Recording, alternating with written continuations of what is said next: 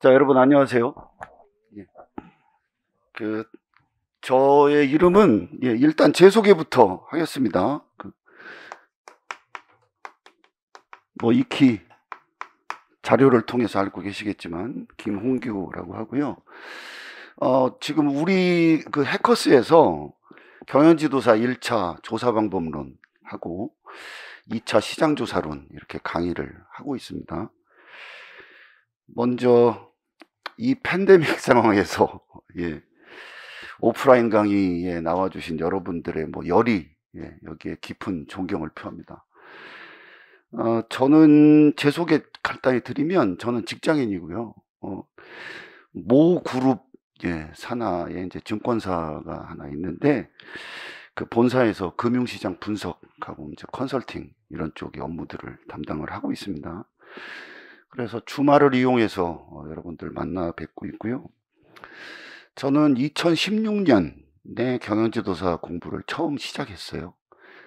마케팅 분야입니다. 그래서 그 해에 1, 2차 우리가 이제 동차 합격이라고 부르는 운이 좋았죠. 저도 열심히 했지만 그렇게 해서 합격을 했고 그때 이제 좀 고민을 한 부분이 과연 필드에 바로 뛰어들 거냐. 근데 그렇게 의사결정을 내리기에는 직장 생활이 많이 남아 있었어요. 좀 이르다라고 판단을 했습니다. 그래서 그간 어떤 보람 있는 일을 할 수 있을까 이제 고민을 하다가 제가 가진 노하우를 활용을 해서 우리 후배 지도사들, 기수로 후배죠. 그 후배 지도사들을 양성하는 것도 나름의 밸류에이블하다, 가치 있는 일이다 이렇게 생각을 해서 2017년부터 여러분 이제 잘 알고 계실 그 아이파라는 교육기관에서 강의를 시작했습니다. 당시에 경영지도사 1차 그리고 2차 지금 이제 우리 같이 공부할 시장조사론하고 사회조사 분석사 이렇게 강의를 했습니다. 그러다 작년부터 우리 해커스로 이제 옮겨서 여러분들 만나 뵙고 있고요. 어느덧 올해로 따져보니 강의를 시작한 지 이제 7년 제가 됐습니다. 애초에는 잠깐 보람 있는 일을 하자 이렇게 생각을 했었는데 시간도 참 빠르고 사람의 그 일이란 게 알 수 없는 것 같아요.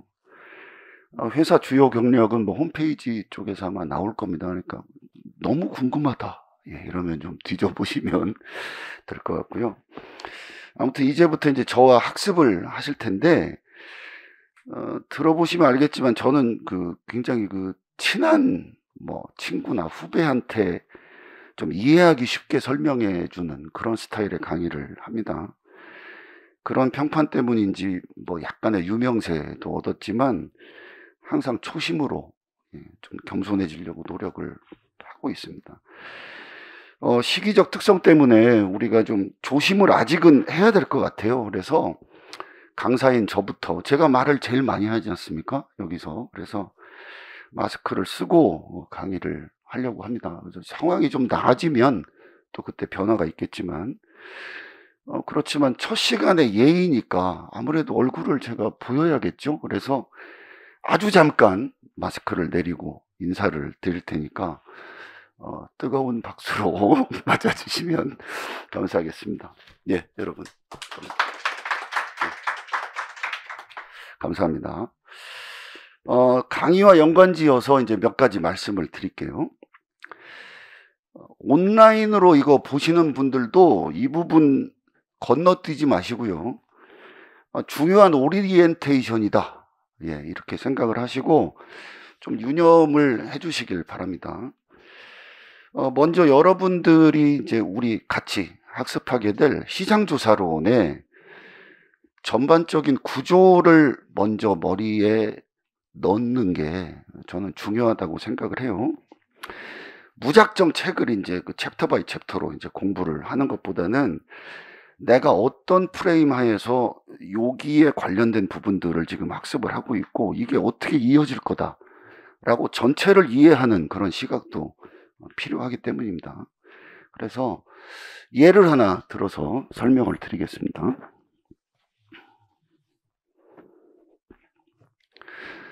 자, 여기 이제 한 기업이 있다고 해요. 뭐 적으실 필요까지는 없습니다. 한 기업이 있다고 합시다. 근데 얘가 바라는 바는 뭘까요? 돈을 버는 거죠.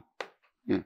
그래서 매출이 성장하고 넷인컴, 우리가 이제 이익이라고 부르는 그런 이익들이 쭉 성장을 해서 나중에 이제 뭐 기업들의 그냥 증권시장에서 표현을 하면 뭐 IPO, 이렇게 뭐 기업 공개를 해서 증권시장에 상장을 한다든지 이런 여러 가지 목표들을 가지고 있겠죠.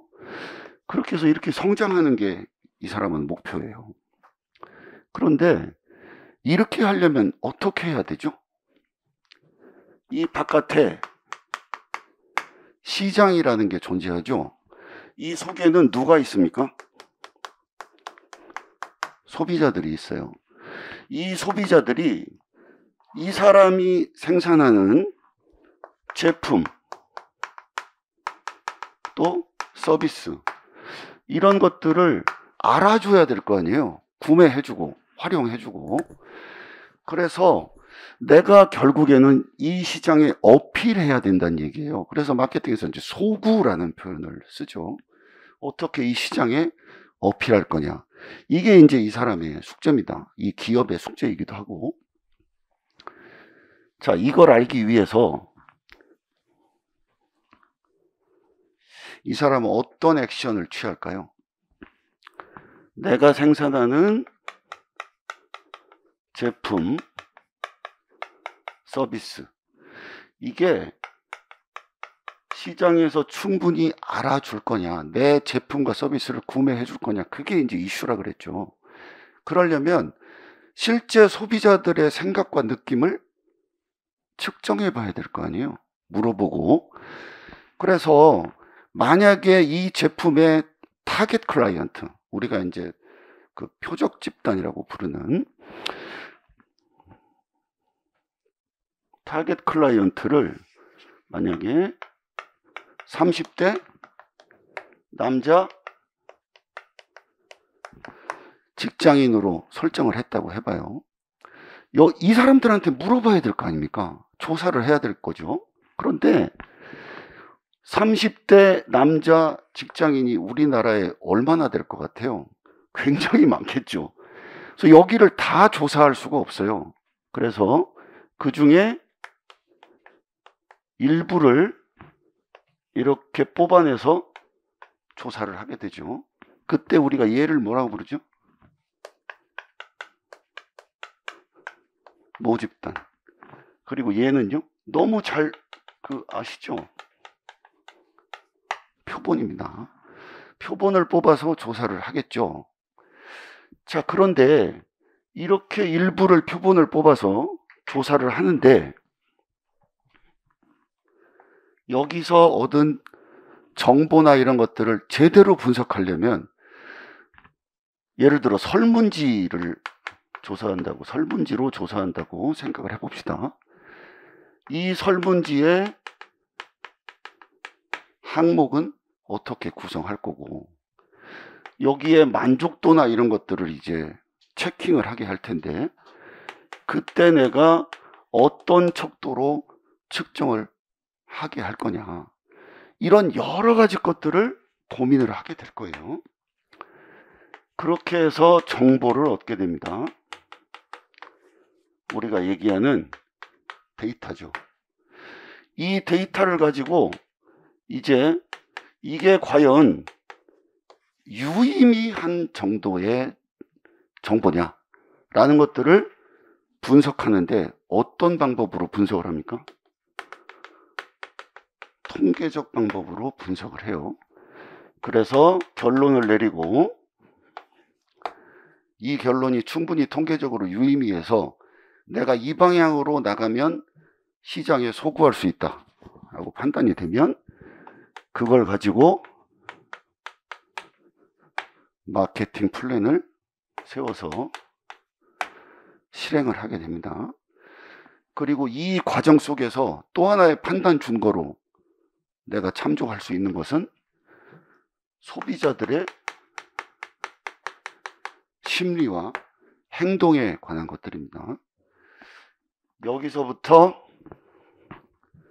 여기까지가 우리가 얘기하는 시장조사론이고, 소비자의 심리를 여기에 투영해서 전체적인 결과 분석이나 이런 데 참조하는 게 제 수업 끝나고 오늘이죠. 여러분들이 또 배우게 되실 소비자 행동, 그리고 마케팅에 관한 것들, 이게 마케팅 관리론이죠. 이렇게 세 과목이 연결되어 있는 거예요. 그런데 여기에서 모집단에서 표본을 어떻게 뽑아낼 거냐, 여기만 해도요, 표본을 아무렇게나 뽑는 게 아니죠. 내가 충분히 이게 유의미 하려면 표본이, 이 표본을 뽑는 여러 가지 방법들 중에서 가장 효율적인 거를 선택을 해야겠죠. 이렇게 표본을 뽑는 방법만 해도 여러 가지가 있습니다. 여기 관련해서 이제 우리가 배우시게 될 거예요. 오늘 수업 끝나고 바로 요거 끝나고. 자, 그래서 항목과 척도를 어떻게 할 거냐, 정보를 게더링을 어떻게 할 거냐. 설문을 제가 예를 들었지만 설문 말고도 여러 가지 방법이 있죠. 관찰을 한다든지, 또 사회과학에서의 실험, 이런 것들을 한다든지.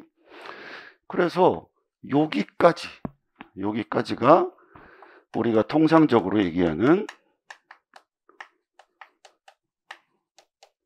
조사 방법론이고, 여기서부터 여기까지, 이게 여러분들이 아마도 많은 두려움을 가지고 계실 통계 쪽입니다. 그래서 전반적으로 이런 프레임 하에서 이제 우리가 이 교재를 쭉 살펴본다라고 생각을 하시면 될 것 같아요. 최근에 이슈가 이쪽이 점점 더 다양해지고 깊이가 깊어지고 있다는 겁니다. 전반적 추세는 나중에 기출풀이나 뭐 파이널 이런 쪽에서 제가 추가로 최대한 설명을 또 드리겠지만, 과거에는 조사 방법론 부분이 상대적으로 이제 일정한 비중을 차지를 해왔었는데, 2010년대 중후반 뭐 그 정도로 대략적으로 이제 잡으면, 그때 이후부터 통계 쪽 비중이 본격적으로 커졌어요. 난이도도 올라가고. 우리 시험이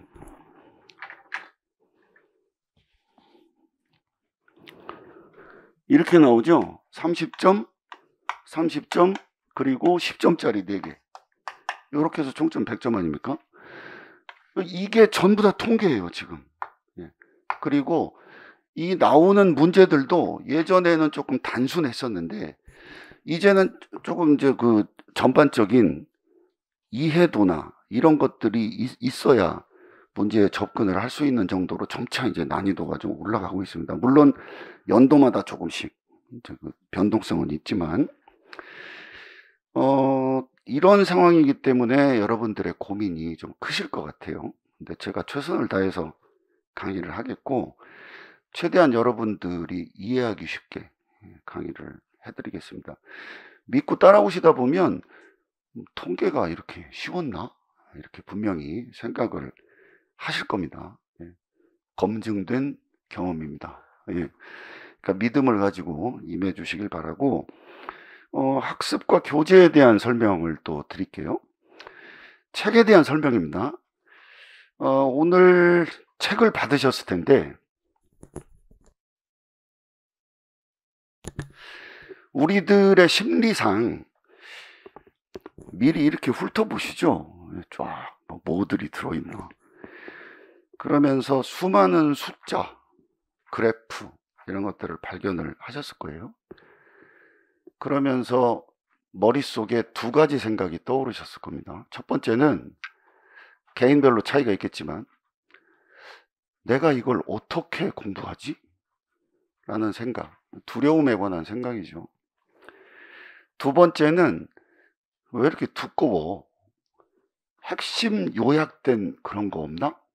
라고 두 가지 생각이 떠오르셨을 텐데, 뒤에 두껍다부터 말씀을 드릴게요. 일단 우리가 지금 교재로 삼고 있는 이학식 교수 책은 제가 처음 강의를 시작을 했을 때부터 사용했고요. 시장에서 그때보다도 이제 점점 올라가서 지금 굉장히 강한 브랜드 파워를 가지고 있는 책입니다. 경지사 시험에는 아직 여러분들이 이제 여기저기 서칭도 해보셨겠지만 아직 이제 범위나 퀄리티 이런 측면에서 딱 적합한 교재가 별로 없습니다. 제가 한 권 쓰고는 있지만 굉장히 오래 걸리네요. 자, 그런 상황이고, 그래서 많은 수험생들이 대학 교재를 기본서로 삼고 있고요. 이렇게 하는 거에는 무엇보다도 이런 이유가 있어요. 이제 우리 공부해 보시면 아시겠지만 우리 통계 범위가 굉장히 이렇게 한정되고 좁은 범위, 아주 정형화된 범위, 여기서 딱딱 이렇게 나오는 게 아니에요. 보시면 아시겠지만 그렇게 범위나 깊이가 딱 고정되어 있지도 않은 상태에서는 우리가 취할 전략은 뭐겠습니까?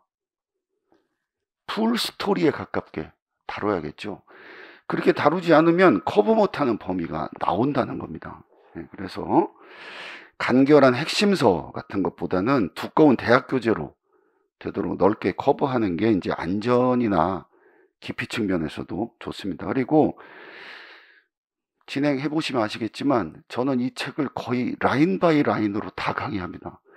불가능할 것 같으세요? 다 강의합니다. 그 깊이에 조금씩 편차는 있겠지만 어찌됐건 우리 다 살펴볼 거예요.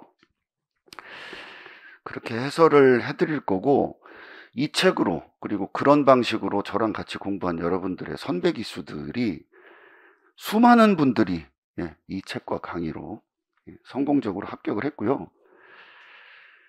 더구나 앞으로 학습하면서 아시게 되겠지만 경영지도사 문제가 이 책에서 거의 그대로 출제된 것도 몇 번 있습니다. 그래서 두께에 관한 생각보다는 내가 이 정도의 많은 지식을 다 소화할 수 있구나 라고 긍정적으로 도전을 하시면 좋을 것 같아요. 다만 이 책으로 공부할 때 두 가지 이제 유념할 사항이 좀 있어요. 그래서 말씀드릴게요. 어느 책이나 나름의 약점이 있습니다. 완전 무결한 책은 뭐 잘 찾아보기 힘들죠.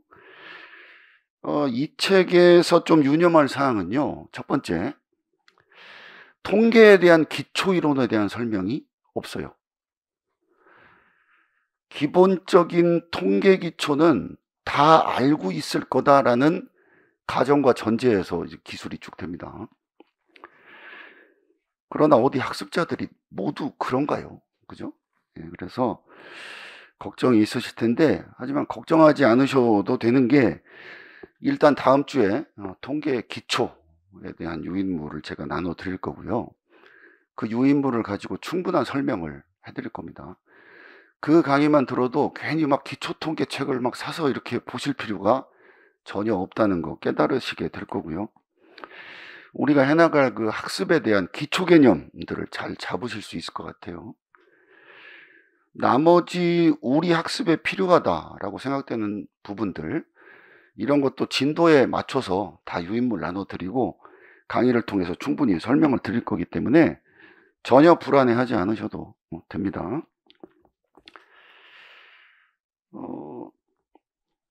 그 다음에 말씀드릴 거는 추가적으로 이제 강의를 하다 보면 주로 초반에 다른 책을 사서 공부하시는 분들이 있어요. 제 강의를 쭉 듣다 보면 그런 생각이 없어진다고들 말씀은 해 주세요. 그런데 강의도 이제 처음 듣고 뭔가 이 책을 이렇게 쭉 봤더니 뭔가 다른 책이 더 있으면 이렇게 바인딩해서 완전 무결하게 내가 지식을 함양할 수 있을 것 같아. 이런 생각들을 많이 하시는 것 같아요. 100% 이해합니다. 수강생들 또 수험생들의 이제 심리가 그렇죠. 근데 그분들이 주로 사시는 책이 통계 쪽 설명이 비교적 상세히 돼 있다고 알려진 그 이훈영 교수의 마케팅 조사론이에요. 적어드릴까요? 사실하는 의미는 절대 아닙니다. 궁금해 하실까봐.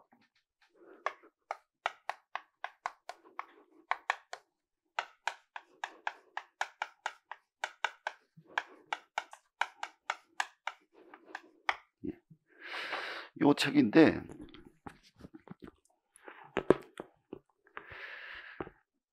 이게 좋은 책이긴 한데요. 제가 이제 책에 대해서, 다른 분이 쓰신 책에 대해서 가타부타, 뭐, 그렇게 이런저런 평가를 자세히 할 필요는 없겠지만, 대략적으로만 말씀을 드리면 설명이 잘 나와 있긴 한데, 굉장히 복잡하고 어렵습니다. 예. 내가 통계를 배워야겠다라고 그런 시각으로 접근하시는 분들에겐 그렇게 느껴진다는 거예요. 예. 그래서 혼자서 완전히 이해하시기는 굉장히 힘드실 거예요. 굳이 궁금해 하시면 뭐 참조로 하셔도 좋은데, 제가 적극적으로 권해드리고 싶지는 않고요. 그러나 그럼에도 불구하고 내가 참조해야겠다, 그건 여러분의 선택이죠. 예, 제가 말리지는 않습니다. 다만 아까 말씀드린 유인물을 진도에 맞춰서 우리 이제 같이 공부하기로 했죠. 그 유인물의 범위에는 금방 우리가 같이 살펴본 이훈영 씨 책에서 우리가 통계 지식을 함양을 하기 위해서 필요한 부분들이 들어있어요. 예. 그리고 비단 그 책뿐만 아니라 다른 책들의 내용 중에서 우리 학습에 필요하다고 판단되는 부분들, 이것도 다 유인물로 정리해서 학습 진도에 맞춰서 배포해드리고 강의를 해드릴 겁니다. 그러니까 안심하세요. 예, 마음 놓고 계셔도 됩니다. 여담이지만 나중에 이제 뭐 여러 가지 같이 말씀을 나누겠지만, 저는 공부를 어떻게 했냐면, 지금 여러분들이 뭐 직장 여부나 이런 것들 잘 모르는데 어쨌든 회사를 다니면서 공부를 했죠. 그리고 시험 보기 2차 시험을 2달 반 정도 남겨놓고 학원을 다녔어요. 오프라인으로. 회사원이니까 시간이 많이 모자랐죠. 당시에, 지금이야 뭐 일과 뭐 삶의 균형 뭐 이런 것들 때문에 많이 여건이 좋아졌지만, 그 당시에는 좀 밤늦게까지 야근을 하는 일이 잦았습니다. 그 당시에는. 그래서 대개 이제 공식적으로 8시까지 출근이고 한 6시 뭐 이 정도면 퇴근할 수 있었는데, 사실은 뭐 8시 이 정도까지는 거의 대부분의 직원들이 남아 있었죠. 회사에서 책을 펴놓고 공부할 수 없잖아요. 예, 그런데 주어진 시간은 너무 짧고, 그래서 이제 생각을 한 게, 8시부터 업무가 시작되니까 5시에 출근했어요. 그러면 3시간 혼자 있을 수 있죠. 그래서 이때 마케팅 관리론 공부를 했고요. 요 사이에 점심시간이 있어요. 증권사는 좀 점심시간이 깁니다. 그래서 요 시간에 소비자 행동 공부를 했고, 6시에 퇴근이라고 하지만 직원들이 거의 다 이제 퇴근을 한 8시부터 혼자 남아서 최소한 11시까지는 있었던 것 같아요. 11시부터 12시 정도까지 잠 거의 안 잤고요. 그 대신에 학원, 그때 제가 다닌 게 토요일인데 월화수목금토 정말 열심히 공부를 하고, 일요일은 아무것도 안 하고 쉬었습니다. 그래야 에너지 충전이 되죠. 근데 이렇게 하니까 정말 시간을 많이 벌 수가 있더라고요. 이게 한 2달 반 정도 제가 해나간 건데, 밥은 오직 삼각김밥만 먹었습니다. 그래서 우리나라에 있는 삼각김밥을 이때 다 먹어봤어요. 그 당시에 있었던, 약속도 물론 안 했고요. 그렇게 어쨌든 최선을 다했습니다. 근데 그때 제 공부 경험은 수업 진행하면서 가끔 말씀을 드릴게요. 근데 그때 유독 무슨 이유에선지 시장조사론을 제일 열심히 했어요. 괜찮다는 서너 권 책들 다 독파했고요. 그때 심지어 연구 논문이나 이런 것들까지 다 찾아봤습니다. 그래서 내가 저 끝까지 완벽히 이해할 때까지 그렇게 공부를 했습니다. 그때 당시에는 제가 나중에 강의를 하게 될 줄은 꿈에도 몰랐죠. 그냥 그 시점에서 최선을 다했을 뿐이에요. 이 말씀의 요지는 제가 자랑하려고 이 말씀을 한 게 아니고, 제가 그렇기 때문에 여러분들이 어디쯤에서 길을 잃고 고민을 하실지 정확히 알아요. 그러니까 그때그때마다 잘 짚어 드릴 거고, 저보다 훨씬 뛰어나신 분들이니까 그렇게까지 막 이런저런 책을 막 사가면서 공부를 안 하셔도 제가 공부했던 거를 그대로 전수를 해드릴 테니까 여러분들은 그 에피션시, 우리가 이제 효율성이라고 부르는 그쪽에서 조금 저보다는 유리한 위치에 있으실 거예요. 유념하실 두 번째 상황은 이 책의 연습 문제에 관한 겁니다. 책에 보면 챕터마다 연습 문제라는 게 있어요. 보셨어요? 예. 근데 가끔 보면 제가 강의를 쭉 이제 해오면서 느낀 게 그걸 아주 심각하게 풀어보려는 분들이 계세요. 그럴 필요까지 있을까 싶은데요. 제가 왜 그렇게 생각하냐면, 그리고 누차 강의 때마다 우리 수강생들한테 말씀을 드렸었는데, 아까 우리가 교재에 대해서 말하면서 이거 무슨 교재라고 말씀드렸죠? 대학 교재입니다. 그러면 여기에 나와 있는 연습 문제는 누구를 위한 걸까요? 우리를 위한 걸까요? 대학생들을 위한 걸까요? 대학생들을 위한 겁니다. 교수님께서 이걸 조금 더 자세히 설명을 해주시거나 숙제로 내주시거나 아니면 뭐 조별 토론을 한다든지 이럴 때 사용하는 문제들이겠죠.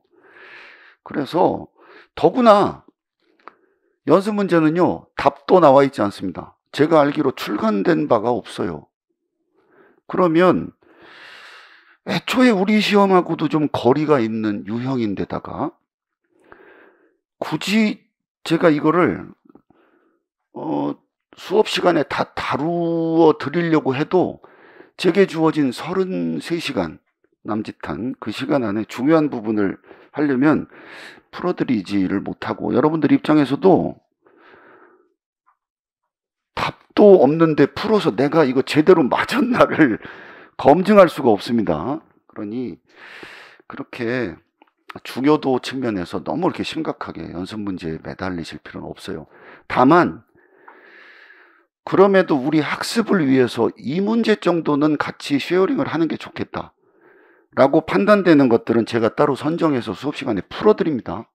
예, 그러니까 그 외 부분들은 풀어보지 마시기를 권해드리고요.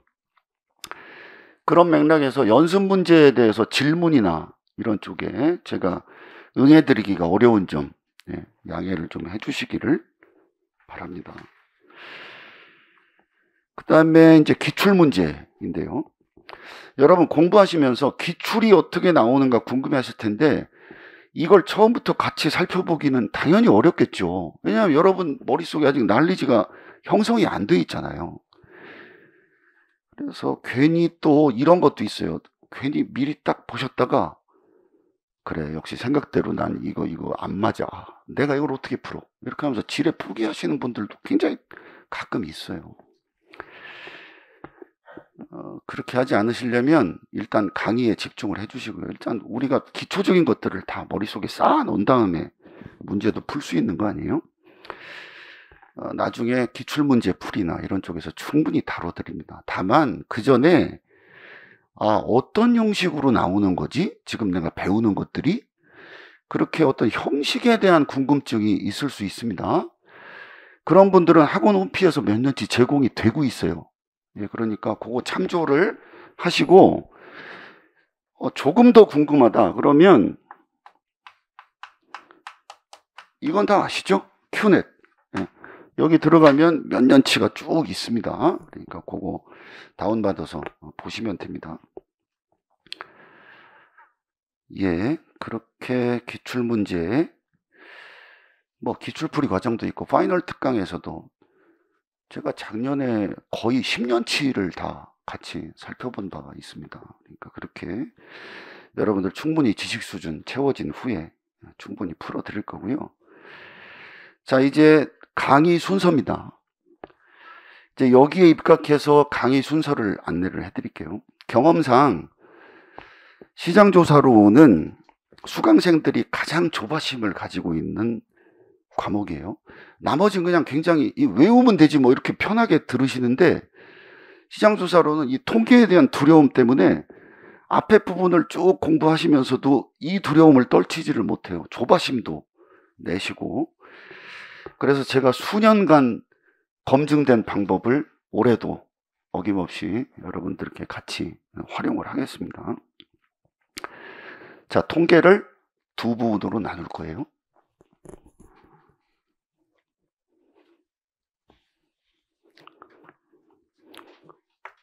이 부분이요. 이렇게 두 부분으로 나눌 거예요. 그래서 여기부터 먼저 오늘부터 들어갈 겁니다. 오늘부터. 이거를 공부를 하시고 나면 아마 이런 생각이 드실 거예요. 아, 저 강사가 얘기한 게 진실이었구나. 아무것도 아니구나. 라고 느끼실 겁니다. 그렇게 통계에 대한 두려움을 없애드리고 이쪽으로 올 거예요. 중급 통계 전반부 정도 하고 이쪽으로 와서 조사 방법론을 쭉 한 다음에 이렇게 점프해서 나머지 부분들을 같이 소화를 하고 요 중간중간에 중요하지 않은 부분들은 스킵하면서 넘어갈 거거든요. 그거를 나중에 다 몰아서 같이 점검을 해보는 그런 쪽으로 갈 거고요. 통계 쪽을 먼저 할 챕터는 10장, 11장, 12장은 자료의 시각화입니다. 이건 나중에 보겠습니다. 13장, 요 정도까지 먼저 보고 다시 돌아갈 때는 조사방법론 3장부터 9장까지. 오늘 우리가 10장부터 시작을 할 건데요. 저쪽에서 3장에서 9장까지 하면 얘랑 딱 만나잖아요. 그러면 그때 14장 이후로 건너뛰겠다는 얘기입니다.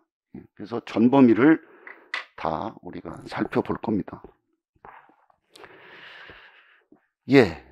여기서 미리 양해를 좀 구하면 제 1차적 미션은 33시간 동안 여러분들이 이 책을 처음부터 끝까지 이해할 수 있게 하는 겁니다. 과연 그럴까 생각을 하시겠지만 진실입니다. 나중에 느끼시게 될 거예요. 자, 근데 그러려면 중요도 배분을 안 할 수가 없어요. 무슨 말인가 하면 조사방법론은 다는 아니지만 많은 부분 혼자 읽어봐도 이해할 수 있는 부분들이 꽤 많아요. 그런데 통계는 제가 여러분들 곁에 있어야 돼요. 통계는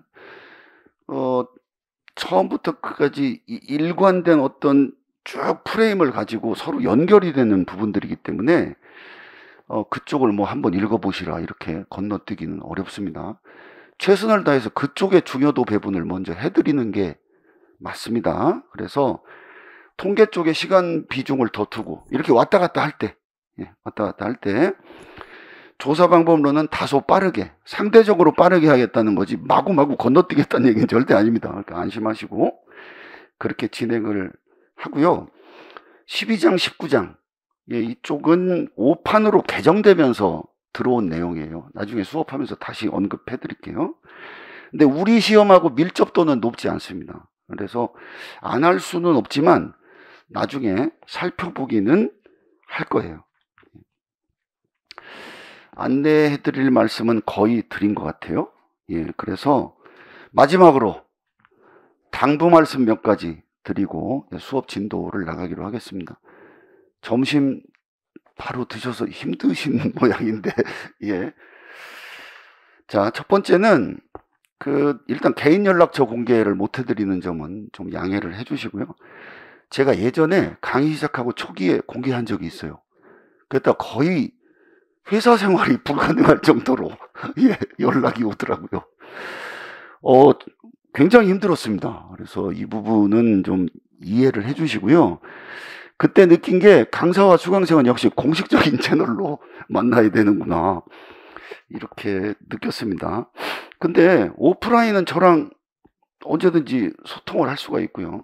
온라인은 또 질문 채널도 있잖아요. 그러니까 계속 연결이 돼 있는 거죠. 두 번째는 오프라인 수업 중에 드물긴 하지만 이제 그 질문 내용 이렇게 생각나시거나 이러면 가능한 한 쉬는 시간에 해주시면 좋을 것 같아요. 제가 충실히 질문에 대답은 해드리는데, 이게 질문의 애로사항들이 좀 있어요. 뭐냐면 학습 성취나 눈높이나 그 지식 기반이나 이런 것들이 다 개인별로 편차가 있잖아요. 그러니까 어느 분에게는 굉장히 심각한 문제인데 어느 분에게는 너무 쉬운 이슈예요. 그래서 이거를 다 같은 자리가 있을 때 이제 설명을 쭉 해드리면 타임 컨슈밍에 대한 문제가 좀 컴플레인으로 나오더라고요. 그래서 쉬는 시간에 해주시면 제가 판단을 할게요. 아, 이건 이분에게만 설명드리면 된다. 그래서 그분에게 바로 오프라인으로 설명드릴 거고, 만약에 이분이 아주 공유할 만한 기가 막힌 멋진 질문을 하셨다. 그러면 강의 때 그걸 언급하면서 설명을 드려서 우리 모두가 다 알 수 있도록 그렇게 하겠습니다. 세 번째, 이제 오프라인 수업 택하셨으니까 이왕 장한 결심하신 거니까 빠지지 마시고, 정말 빠지지 마십시오. 꼭 자신과의 약속을 내가 지킨다라는 생각으로 꼭 빠지지 마시고요. 그리고 이 수업이 적어도 통계가 진행될 때는 다 앞뒤 시간이 이어지거든요. 그러니까 혹시 불가피한 사정으로 빠지시더라도 온라인으로 강의 제공이 되니까 꼭 보고 오세요. 그래야 앞뒤 연결이 됩니다. 네 번째는 수업에 관한 집중의 문제예요. 저는 앞뒤 흐름이 계속 이제 일관되게 어떤 흐름을 타고 이어지게끔 강의를 해요. 그래야 통계를 이해할 수 있을 겁니다. 근데 이걸 놓치면 이제 연쇄작용으로 좀 힘들게 되고, 여러분 미래를 위해서 이제 투자하시는 시간들 아닙니까? 그러니까 꼭 집중을 해주세요. 제가 온라인으로 강의 들으시는 분들 있잖아요. 정말 제가 리스펙트해요. 정말 존경합니다. 왜냐하면 저는 못하는 일이기 때문이에요. 다 개인별로 다르죠. 저는 온라인 강의를 들으면 한 2분? 그 정도 이후엔 집중을 잘 못해요. 그게 저 되게 약점인데, 딴 생각하고, 폰 보고, 잠깐 눕기도 하고, TV도 틀고 이럽니다. 그런데 합격하신 분들 가끔 이제 만나보거나 연락을 해보면 온라인으로 들으면서 정말 초집중해가지고 그 모든 내용을 꿰뚫고 계시더라고요. 그래서 정말 제가 존경합니다. 사소한 것들까지 다 기억을 해주시고 감사한 일이죠. 그런데 그럼에도 불구하고 오프라인이나 온라인이나 공히 수업 중에 다른 생각을 하실 리스크는 언제나 있습니다. 언제나 있어요. 분명히 이제 그러면 어떤 현상이 일어나냐면 강의 중에 설명을 분명히 드렸는데 아무것도 못 들으시는 것처럼 온라인으로 질문을 하세요. 근데 다른 질문, 조방론에 관한 것들은 얼마든지 이러이러한 거고 어느 강의에 나와 있습니다. 제가 안내를 드리고 있는데 그게 만약에 통계다. 그러면 이제 보시면 아시겠지만 저는 판서를 굉장히 많이 활용을 하거든요. 그림이나 이런 것들을. 그런데 메일로 답신을 드릴 때 그렇게 할 수가 없지 않습니까? 제가 테크닉이 좀 부족한지는 모르겠지만, 그래서 수강생 측면에서나 제 측면에서나 양쪽 모두 비효율입니다. 그러니까 잘 집중을 좀 해주시고요. 여담이지만 제가 시험 볼 때 얘기는 가끔 제가 해드릴게요. 재밌는 얘기가 많습니다. 어떤 30점 문제가 나왔어요. 그런데 그 30점 문제를 딱 보는 순간 그때 그 문제를 설명하던 강사의 표정, 목소리의 톤, 입고 있었던 옷, 칠판에 써있던 글씨 이런 게 다 생각났어요. 그대로 썼습니다. 그냥 생각나는 대로. 그래서 그 부분 굉장히 좋은 점수를 맞았었는데 다시 한번 말씀드리지만 잘난 척하는 게 아니고 그 정도로 집중을 하시면 여러분들의 개인 능력이 굉장히 비약적으로 발전을 하실 거란 얘기예요. 그러니까 꼭 저한테 수업 시간에 집중을 해 주십시오. 그렇다고 노려보지는 마십시오. 제가 잘 집중을 해 주시고, 예습을 못해도 복습은 꼭 하세요. 복습은. 책을 다시 꼼꼼히 보셔도 좋지만 제가 누차 말씀드리고 있는 게 있는데 그냥 TV 보면서 또는 침대에 누워서 소설책 보듯이 그냥 이렇게 넘기세요. 그것만 해도 굉장한 효과가 있습니다. 아셨죠? 예, 꼭 복습하십시오. 그 다음 얘기는 자신감에 대한 당부입니다. 제가 이런 분들 정말 숱하게 봤습니다. 나는 수포자야. 나는 숫자에 대한 감각이 없어. 오늘 책 보니까 더욱더 두려움이 느껴졌어. 이걸 내가 어떻게 이해를 하지? 시험은 봐야겠고. 정말 큰일이다. 이렇게 위축되어 있는 분들이 많으세요. 제 강의 경험상 그런 분들 나중에 다 저한테 오셔가지고 감사 인사합니다. 여러분들도 전혀 예외가 아니라고 저는 생각을 해요. 통계는요, 원리를 알고 나면 그냥 산수예요. 그냥 산수예요. 제가 언제나 수업 시간에 개인한테 질문은 하지 않습니다. 근데 딱 한 번만 개인한테 질문을 할게요. 앞에 계신 우리 잘생긴 분. 요새 담배가 4,500원 정도 합니다. 제가 마트에 가서 10,000원짜리를 내밀고 4,500원짜리 담배를 샀어요. 거스름 또 얼마 받을까요? 5,500원이죠? 이거 하면 통계 다 풀어요. 정말이에요. 몇 년간 제가 이런 예를 들어드렸는데 처음에는 다 와 웃으세요. 예. 여러분들은 너무 지금 심각하게 받아들이시는 것 같은데 와 웃으세요. 그리고 나중에 그게 진실이라는 걸 깨닫습니다. 정말입니다. 그러니까 절대 위축되지 마십시오. 예. 두려운 마음이 있다면 지금 다 버리세요. 저랑 약속하시는 겁니다. 자, 이제 마지막입니다. 소통에 관한 문제예요. 저는 수업을 할 때 무의식적이건 의식적이건 간에 가끔 대화를 시도합니다. 절대로 개인을 향해서 묻지 않습니다. 안심하십시오. 개인을 향해서 자꾸 그렇게 물어보면 안 나오시죠? 예. 저도 옛날에 어떤 학원을 다녔었는데 유독 저에게만 자꾸 물어보시더라고요. 그래서 여러분들도 제가 어떤 질문을 던지면 머릿속으로 생각은 하세요. 대답 안 하셔도 됩니다. 그런데 대답을 해주시면 너무 좋죠. 그렇게 하는 순간 그 대답을 하는 본인한테 굉장히 플러스가 되거든요. 자기가 되뇌이면서 기억 속에 저장이 되는 그런 효율이 훨씬 좋습니다. 그러면서 이제 우리 수업의 일체감도 느낄 수 있고 그게 여러분들 수업 효율을 꽤 많이 올릴 거예요. 모르는 걸 부끄러워하지 마십시오. 여기 나는 시장조사론 이미 다 알아라는 분은 아무도 안 계시죠? 모르니까 배우러 오신 거 아닙니까? 예, 그러니까 모르는 거 부끄러워하지 마세요. 적어도 우리 클래스에서는 틀린 답을 얘기하셔도 됩니다. 자, 이상입니다. 예, 너무 얘기가 길어졌는데 제가 앞에서 이런저런 얘기를 하는 이유는 여러분들이 처음부터 마인드하고 방향타 이런 것들을 정확하게 그리고 좀 더 긍정적으로 설정을 하고 수업에 임해 주셨으면 하는 마음 때문에 약간 좀 길게 얘기했습니다. 예.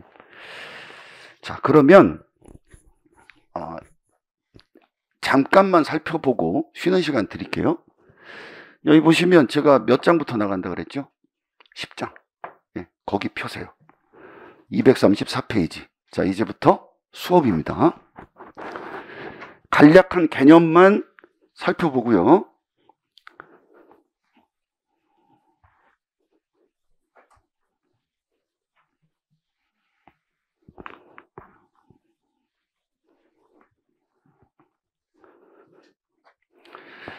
자, 거기 보시면 표본 추출이라고 나와 있죠.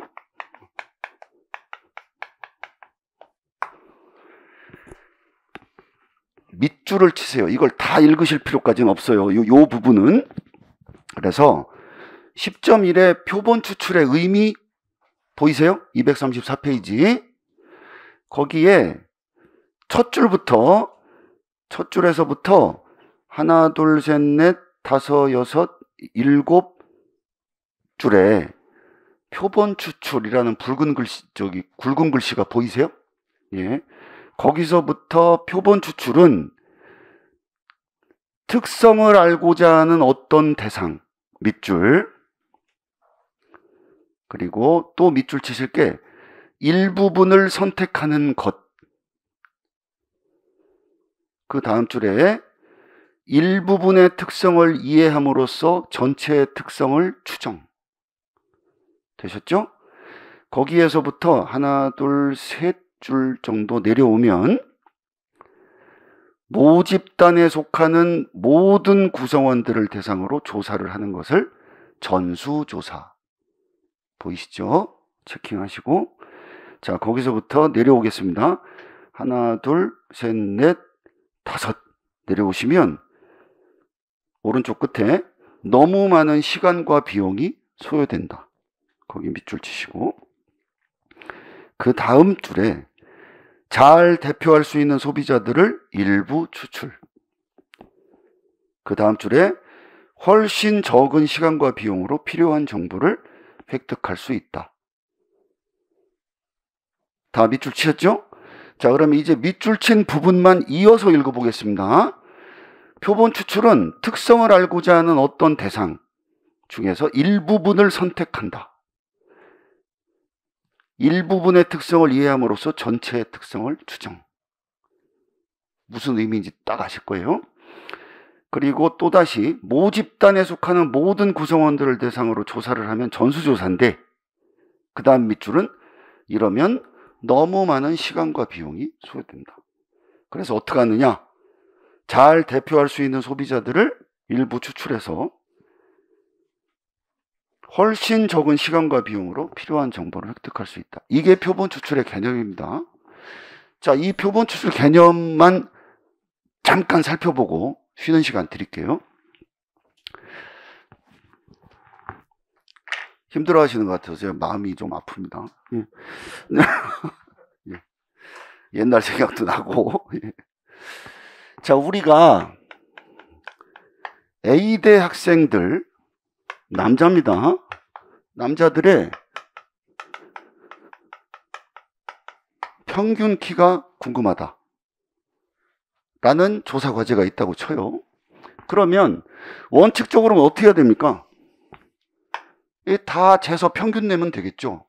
근데 이게 수만 명이라고 쳐보세요. 어떻게 이걸 다 조사를 하겠어요? 그래서 여기에서